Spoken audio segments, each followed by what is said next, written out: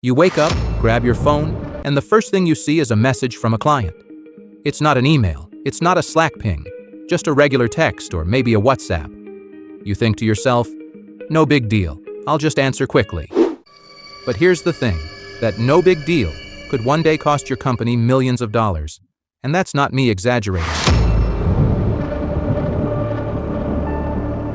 In 2024, Ameriprise Financial and LPL Financial got slapped with fines of $50 million each, all because of a phone mistake. Yeah, you heard me right. $50 million. Hey everyone, and welcome back to the channel. In this video, we'll cover what happened, why the SEC hit so hard. Stick with me, because by the end of this video, you're going to see how something as small as sending a work text on the wrong app can spiral into one of the most expensive lessons in corporate history. Now, you might be thinking, $50 million? From a phone mistake? What could possibly go that wrong? And that's exactly what we're going to unpack today, focusing on two major players who learned this lesson the hard way: Ameriprise Financial and LPL Financial. Think about your day-to-day communication. How often do you send a quick text? Maybe a WhatsApp message? A personal email from your phone? It feels normal, doesn't it? Efficient even. But in certain industries, especially highly regulated ones like finance, these seemingly innocent habits can open up a Pandora's box of compliance nightmares. That's precisely what happened with Ameriprise and LPL. These aren't small-time operations. We're talking about massive financial services companies with thousands of advisors managing billions of dollars. And yet, they both stumbled over something as commonplace as, well, our phone. The core of the issue boils down to something called unapproved electronic communications. Sounds a bit jargony, I know, but stick with me.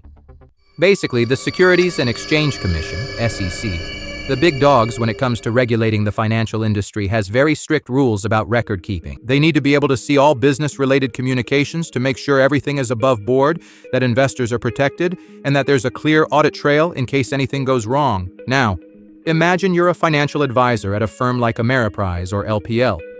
You're building relationships with clients, answering their questions, maybe even giving them quick updates.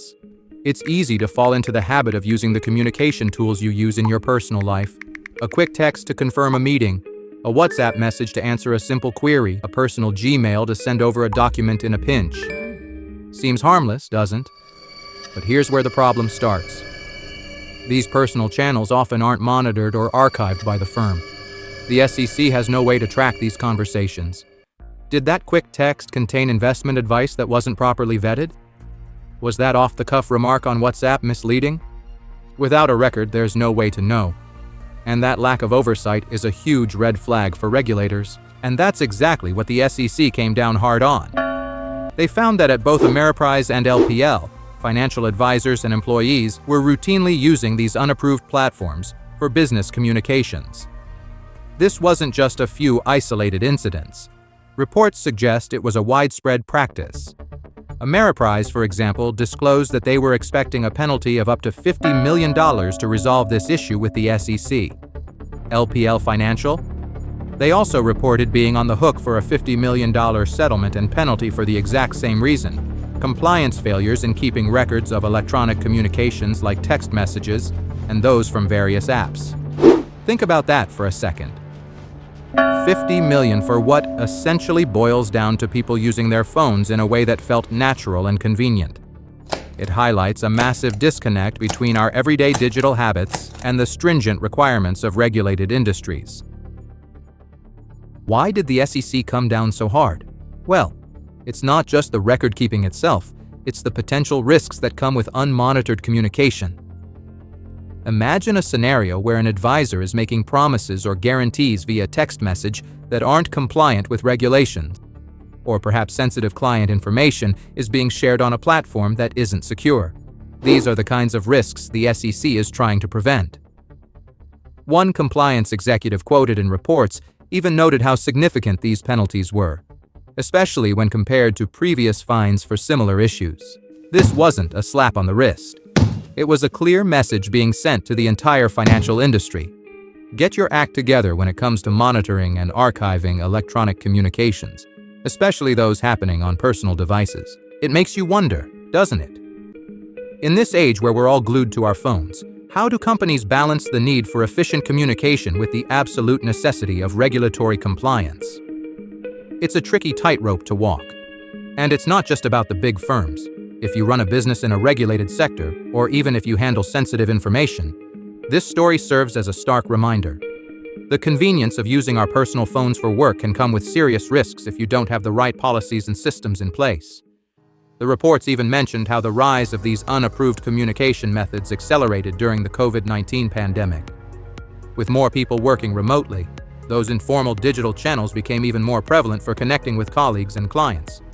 It was a natural adaptation to a changing world, but without the right controls, it created a compliance headache of epic proportions. So, what's the takeaway from this $50 million phone security saga? It's that in today's digital landscape, companies, especially those in regulated industries, need to be incredibly vigilant about how their employees are communicating, and especially about the use of personal devices for work-related matters. Now, this story about Ameriprise and LPL, it's a powerful reminder that even seemingly small phone-related habits can have huge financial repercussions. If you're a business leader, especially in finance or any regulated industry, and this has got you thinking about your own communication policies and security measures, we're here to help. Would you like to get a clearer picture of your communication risks and how to mitigate them?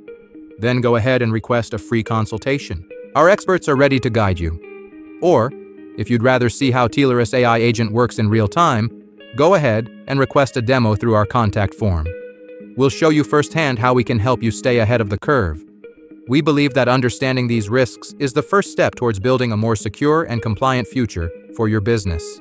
If you found this information valuable, please do us a huge favor and hit that like button. It really helps us reach more people who need to hear stories like this. And of course, if you're new here and want to stay updated on more insights into technology, security, and the world of cybersecurity, don't forget to subscribe to the channel and hit that notification bell so you don't miss a thing. We also love hearing from you. What are your thoughts on this story? Have you seen similar issues in your industry? Let us know in the comments below. We're always eager to engage in the conversation. And finally, if you know someone who needs to hear this story, maybe a colleague or a business owner, please share this video with them. It could save them a lot of headaches down the road. Thanks so much for tuning in to the Tileris channel. We'll see you in the next video. Stay safe and stay compliant.